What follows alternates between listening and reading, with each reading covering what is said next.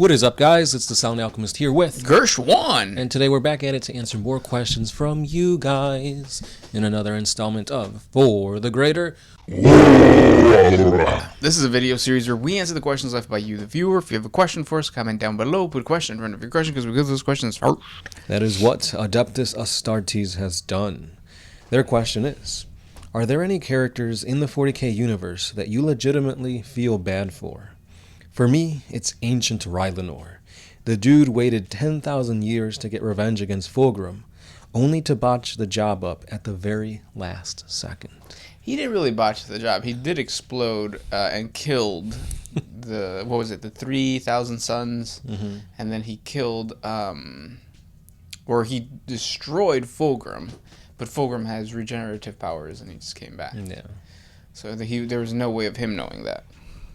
But yes, it is a very sad story. Yeah. And with the grim darkness being such a prominent theme in 40K, you could say that there are tons of sad stories for a bunch of characters. But I am not going to go with just a single individual character. I think the saddest story is that of a god, a goddess for that matter, of the Eldar pantheon, Isha. Now, when the Eldar gods were creating their race, the Eldar, or the Eldari as they're now called, Isha wanted to just give them everything, make them prosper, be bountiful. But I believe it was Asurian who said, no, you can't do this. And eventually it got to the point where she was banned from talking to the Eldar. Like, gods and mortals cannot talk. But she decided to make the soul gems, the soul stones, whatever they're called, and that was a means of communication between the two. Eventually Asurian found this out, and it did not end good for her. Eventually I believe Cain beat her up real bad and stuff like that. And the other thing that makes her story even sadder is that now she's being held prisoner in the gardens of Nurgle, and she's basically a test subject for Nurgle's poxes and viruses and basically anything he can concoct, he'll use on her. And since she's the goddess of rebirth and revitalization, she'll heal herself, but she's still gonna eternally struggle with whatever nasty toxins he injects her with. Yep. The only kind of saving grace is that she's able to whisper these cures to the mortal realm in order for these poxes to become eradicated. Right. But she's forever in this cage, seeing the race that she tried so hard to basically take care of, from a mother to a child type of relationship, and she can't do anything really about it. It's a sad story. Pobrecita. Yeah. What about you? I think, that one's pretty sad. I think Magnus' story is a little sad. He was just trying to warn the Emperor. He didn't know that, by breaking those things, he would have fucked up his entire life. And then, the Space Wolves showed up, and they're beating his ass, and he's thinking, oh, it's the Emperor that did this to me. No, it's Horus. Yeah. So he was a pawn. He was. Because it wasn't just him that got all of it. His legion took a huge brunt of the attack. Tiska, the city of knowledge, his whole world was burning. It's bad. Yeah, he had no choice but to turn to the Chaos Gods. Yeah. He did nothing wrong. Nothing. He was just trying to warn the Emperor of the betrayal of Horus and Chaos. And the Emperor was like, nah, man, leave me alone, I'm busy. Yep. And he had to break down those walls. Yep. Now, this isn't a question, but last week, we did talk about a friend who created the Homebrew Space Marine chapter called what was it called? The Bear Claw Men? Yeah. He called them something else. And then the Ursa Wardens. There you go. And then Tungusta Lumberjack says, yes, Ursa is a reference to bears. It's not a play on words, but it's from the Latin, a dog in Canis domesticus, a wolf is Canis lupus, a fox is Canis vulpus, and a bear is Canis ursus. Also, you're right about the constellation. Ursa Major is the Great Bear, which is also more commonly known as the Big Dipper. I didn't know that. Or most of it makes up the Dipper. It's been decades since I studied astrology. That's fine. Astronomy. Oh, astronomy, sorry. In old Warhammer Fantasy, there were priests of the bear's god Ursun in Kinslev, and the Tsar Boris Boka rode on a giant bear called Erskine. He was so associated with bears that he was also known as Boris Ursus. Anyways, thought that someone might find that interesting. Thanks for the video. So it's either you or somebody with a lot of helpful hints. That's kind of cool. Yeah. So that just goes to show you guys that, like, if you're trying to come up with a theme for your homebrew, there's a lot that you can pull from astrology, even other Games Workshop IPs and stuff like that. Yeah. History. There's a ton. But I think like mythology is really a really good place that a lot of people pull from. Yes. Good. Yeah, thank you for that. Mm-hmm. We will be sure to pass on this bit of information to him. After we spit on him, because that's just the type of relationship we have. Yeah, he's very dry, so. Yeah. Next one. Living Metal says, would we have any weapons currently in today's time that could take down a space marine, let alone a knight? Yeah. I think so. Yeah. But I think they're going to come at like a huge cost to us. Right. It would take us forever to kill a space marine, probably. Yeah, and even longer if able to take down a knight. Yeah. Because, I mean, conventional weapons like chainsaws, pistols, even like automatic weapons, there's no way that's going to do anything to like a space marine's carapace armor. Yeah, also they would be coming towards us we would be at a disadvantage because we wouldn't be able to, we're not equipped to like handle that. Mm-hmm. Like imagine if a knight showed up in like our backyard, like we would have response, like the response from the military would take a while. Right. We'd have like local police and stuff like that. What are they going to do? Right.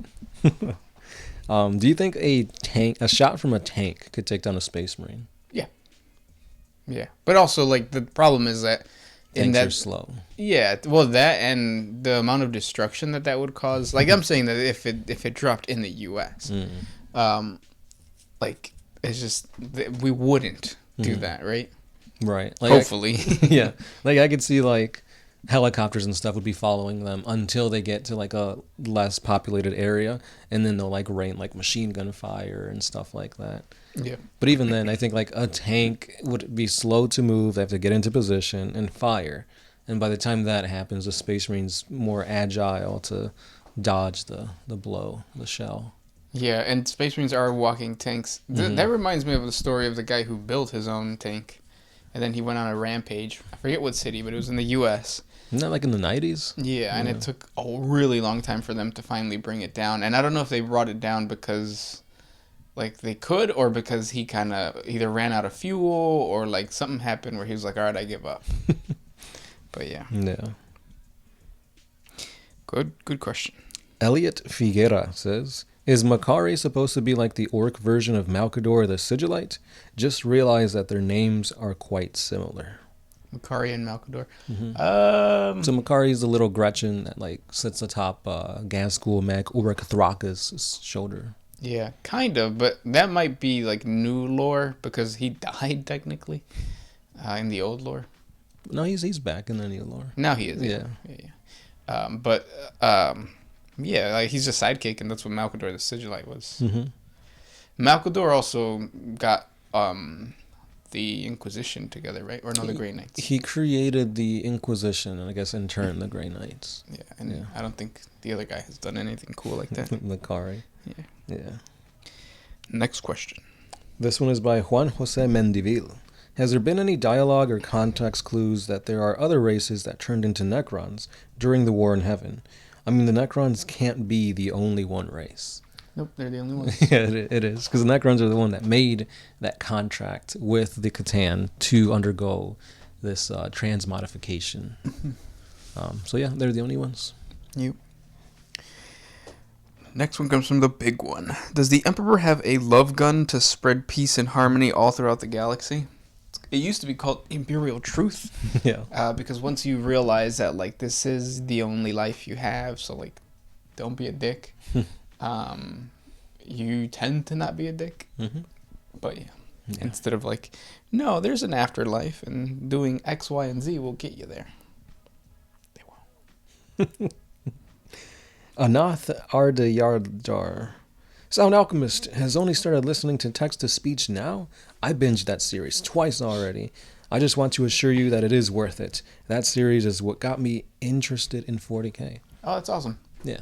Yeah, text-to-speech is really good. I'm only through season 1 right now, but from what I've seen, it's funny because it brings to light the goofiness, the stupidness of 40K, but since it's like blanketed in this grim, dark, like essentially like cover, it looks badass and it sounds badass, but it really is stupid. And their satire is just on point. Cool. And it really shows you that like the real bad guys of 40K is the Imperium, the Inquisition. Yep. But yeah, I'm going to continue to watch it, and once I finish it, I'll make a little review video on it. Yeah. This next question comes from Justice777. Which faction has the best porn? Tau. I'd say Tower Eldar. I'm not like the Eldar are very like eloquent and like thin. Dark Eldar. Still, well, yeah, I guess if that's what floats your boats, if whips and chains excite you. Exodite Eldar. They get them dinosaurs in there, and Yeah, I feel like they would be a little thicker. they have to be. Have to be. They live in the wild. Mm-hmm. Next question.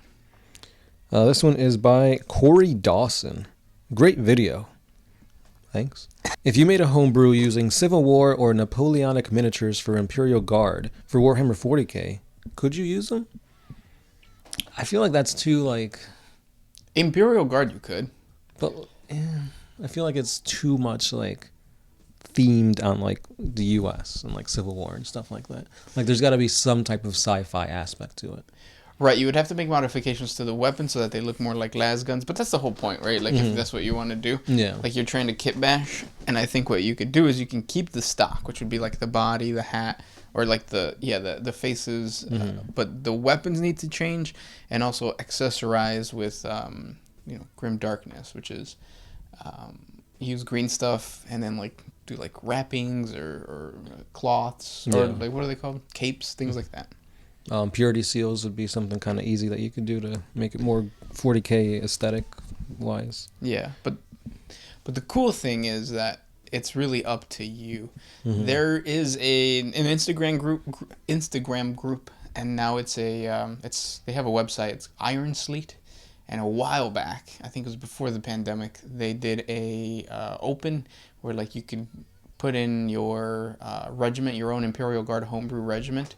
And there's some awesome kit bash, and some of them used old Civil War pieces from like that miniature line. So check it out. It's Iron Sleet. Yeah. Yeah. And one of the cool things of that is that a lot of the tanks, like in 40K, look just like the tanks like Of those eras. So yeah. This next one is by Ryan666 Pete. You mentioned that a Catan shard could destroy a planet. Are there any instances in the lore where that happened, or something similar? And how does a Catan shard actually attack? So the Catan shard isn't literally just that little fraction of like glass-like material. The shard actually becomes a representation of the Catan from like olden times. Yeah. So like a shard of the Deceiver, a shard of the Nightbringer, a shard of the Void Dragon looks just like the unfractured Catan. It's just cut in power by a lot. Now, in the lore, I believe the Burning One actually took out a whole planet by like creating like the core to like burst and blew up the whole world.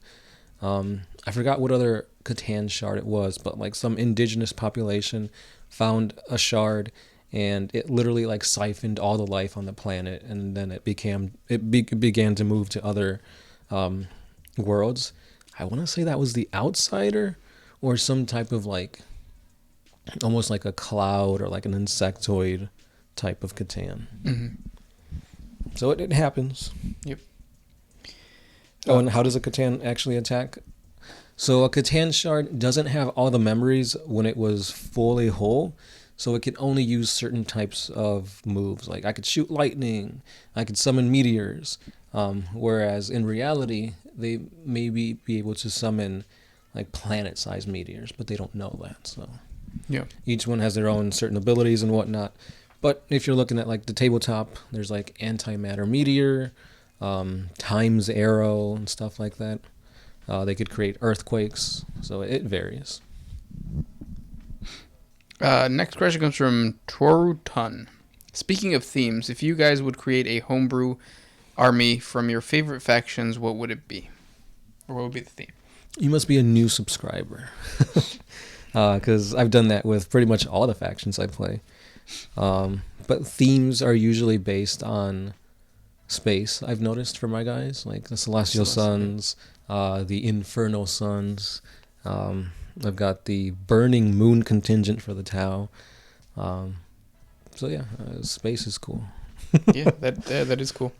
I've always wanted to do like an Aztec theme, or Mayan. But recently, I think I just enjoy crossing two different, or like fusing two different factions. So like with the Tau, I want to do Skitarii Tau Army. So combining the themes of Skitarii with the Tau Empire. Yeah, because they both kind of work hand in hand with like technology and stuff like that. They're both ranged too, which is really nice. Next one. Evangelium. What do you think of my theory that the Emperor is a pawn of Tzeentch, and whether he knows it or not? For example, all magic and psychic might belong to Tzeentch, and what is the Emperor? The strongest psyker on the physical plane. He is literally made of shamans. What's the Emperor's symbol? The Aquila, a two-headed bird. And what is the mightiest of the Lords of Change? Kairos Fateweaver, a two-headed bird. The Emperor's goal for humanity was progression through science and understanding. The biggest obstacle to that is the mystic arts, aka religious worship, which is the stagnation and decay of intellect. Therefore, religious worship praises Nurgle and death, the enemy of Tzeentch. The Emperor's father is Tzeentch. You laid it out pretty well. Like, I do think that that's the case. I don't think that's what's GW's going to do, though. Right. But yeah. Yeah, if you really want to roll with it, go ahead. Like you said, your multiple points push your agenda, push the narrative forward in your thesis. So yeah, you definitely have an argument there. However, putting the Emperor as a creation of a chaos god would infuriate all those loyal Space Marine Imperium fanboys. So for sure, Tzeentch or GW isn't going to do that. Yeah. Also, I do like a lot of it. You're basing it off of a lot of like the symbolism that the Emperor uses, and we know that that comes from like Roman times. So like that's his aesthetic. Yeah. That's why that's why he uses the Aquila. That's why he uses the very bird-like, like the talons of the Emperor, things like that. If it was true, would that mean that like the Thousand Sons are like the perfect Space Marines? Because they're already empowered by Tzeentch, created by the Emperor. Yeah. An agent of Tzeentch. And yet they're not, right? Because the rubric Marines are just like automatons. Yeah. Yeah. But yeah, good question. Next one. This one is by James Kiltz. So far, I have at least one major theme for my dynasty, and at least a small handful more to help break it up. Thanks for the help, guys. I'm going to work on grabbing myself a Necron Codex. Oh, so this was in relation to when you were asking how to start a Necron army. Yeah, definitely the theme is going to be your driving force, because that kind of will dictate how you play your army, which then dictates which characters, which units, what dynasty to play as. Yep. Yeah. And I think all in all, when you guys are creating your own homebrew, your own lore, it's best to not just buy everything right away, because I think that's going to be the one thing you want to do. But you might realize, well, if I'm going to be doing this, then it doesn't make sense to use like flayed ones. And now you got a box of flayed ones that you may or may not use. Right. Or if you already have the box, you can twist your lore to make it make sense. Yeah. So.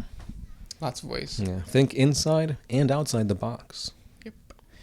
And those were the questions for today. If you guys have more questions for us, please comment down below. Thank you guys so much for listening, and we will talk tomorrow. Yeah. This has been the Sound Alchemist. Gershwin. And we are out.